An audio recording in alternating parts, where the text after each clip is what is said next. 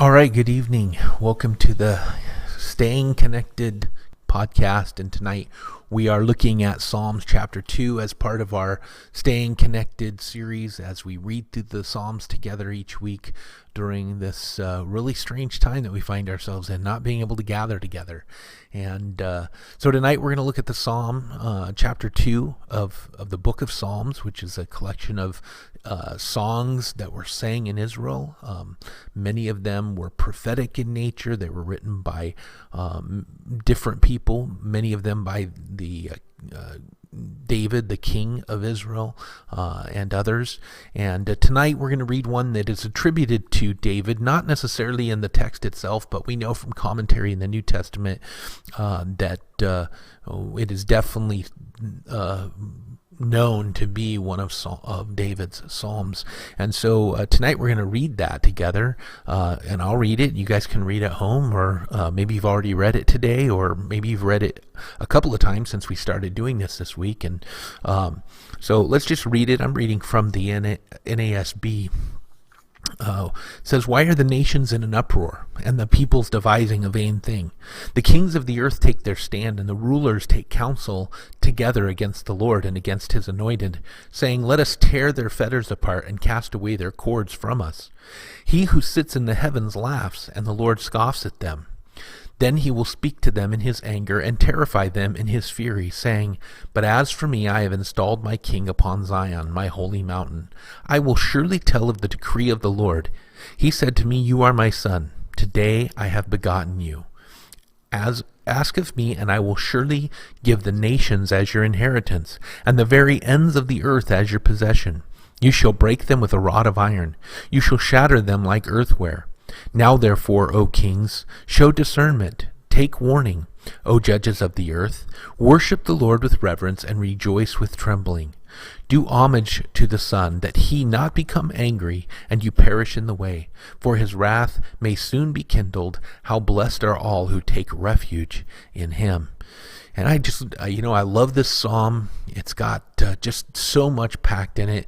A couple of the things that really stand out here is the question right at the beginning: why are the nations in an uproar, and why and the peoples devising this vain thing? What vain thing? Well, the kings take their stand, and many believe this is part of this is a prophetic, and I believe a lot of this is prophetic, and that the whole psalm is prophetic. In fact, some believe just the last half is prophetic, but here I think this is really speaking of the second coming and how the kings of the earth, the rulers of the earth at that time, will make their stand at what we know as the Battle of Armageddon. But really, it's something that's been going on down through the ages, right? I mean, there's always been kings who have opposed God and who have opposed his rule. There's always been people who done whatever they wanted, right? Whatever they thought was right in their own eyes, or just, they just don't care about God. And here it says that they want to just cast God's rule off from them. And it says that God, when they take their stand against him, it makes God laugh, honestly, that man would think that he could stand against this holy, omnipotent, transcendent God. It's actually funny to even think about that men think that they could do that. And it says that he will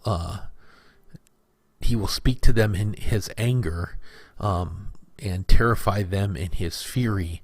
And really, the idea there is that God is going to have the last word, right? I mean, he will, one day, they will all kneel before him, and in spite of them trying to stop God's rule and reign over the earth, down through the ages and in the future, when Antichrist tries to stop this, God says, as for me, I have installed my king, right? You cannot, Jesus is the King of Kings, the Lord of Lords, and his rule is forever, and his dominion is forever. And that's where in this psalm, it actually is Christ himself speaking saying what the decree was over him. You are my son, today I've begotten you. And that really is a prophetic statement. God only called one person his son, and that was Jesus. He never said that about any other individual in the Bible, is personally speaking. And the idea of begotten is not created. It's someone from the same substance as him.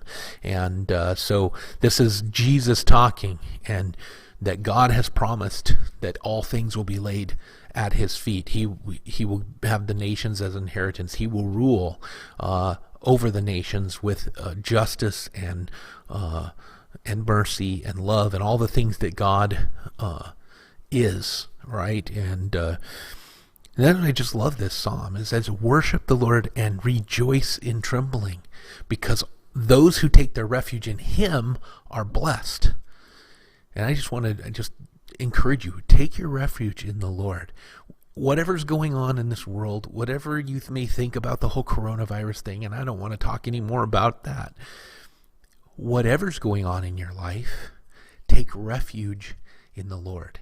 Because when everything's said and done, when all the nations of the earth have been, are long gone, there's one person who will always stand. There's one person who will always be there. When every civilization crumbles, there's still one kingdom that always stands, and that's God's. And we're on his side. We're adopted into his family. We're joint heirs with his son. And we have been given the privilege to be called the sons and daughters, the children of God. Amen. So I want to encourage you with that. Take your refuge in him. Don't let all this other stuff, and don't go looking to other things to try and find your peace and your comfort. Look to Jesus. Amen. What a great thing that we have going here in Jesus Christ and a relationship with him. It's where we can truly find peace in these days that we're in. All right, God bless you guys.